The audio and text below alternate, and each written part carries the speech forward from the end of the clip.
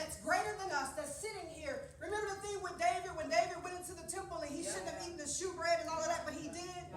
Folk would rather see you starve to death sometimes and keep that tradition rather than see you eat and be fed and set free in God. So this got to me, because the thing is Jesus, he's not changed his mind. He's omniscient. He's like the Heavenly Father. He already knows all of this. So I would love to think that her consistent persistence, gave him, broke his resistance, but that's not the case. So her consistently pursuing after him isn't the thing that caused him to change his mind. He already knew that he was going to do just this. And she was just hopeful enough to catch on to just enough. That first meant something to her. So she was waiting on her second. Because she knew all I got to do is wait in line like this dog. If the dogs eat under the table and that's their place, guess what the dog is? He's in the house. Right. He's in the house. So she's no longer she's king. She's progressed to where she's now no longer at the door. The door is ajar, and then this is what she does. Then Jesus answered and said unto her, O woman, great is thy faith. Be it unto thee even as thou wilt. And her daughter was made whole that very hour.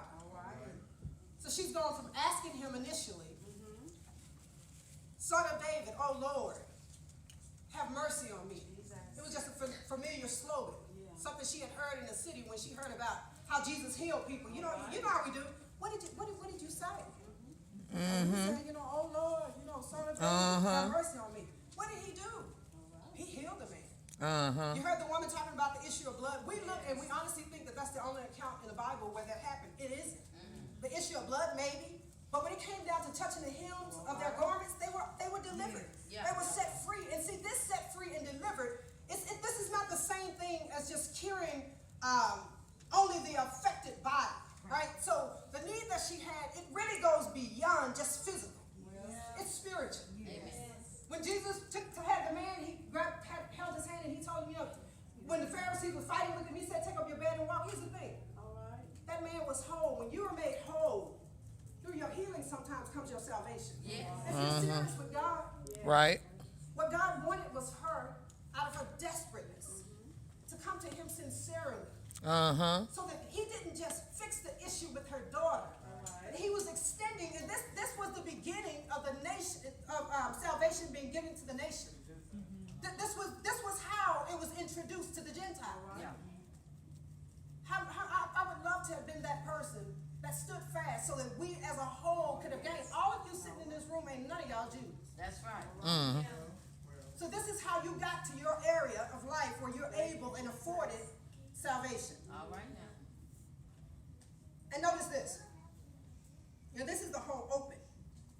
So at that moment, when the lady was consistently persistent, Jesus' resistance was broken. Not that he didn't know that he was going to heal her. He knew that. This wasn't some phenomenal occasion. And I'm going to read you this word, and I'm out of here.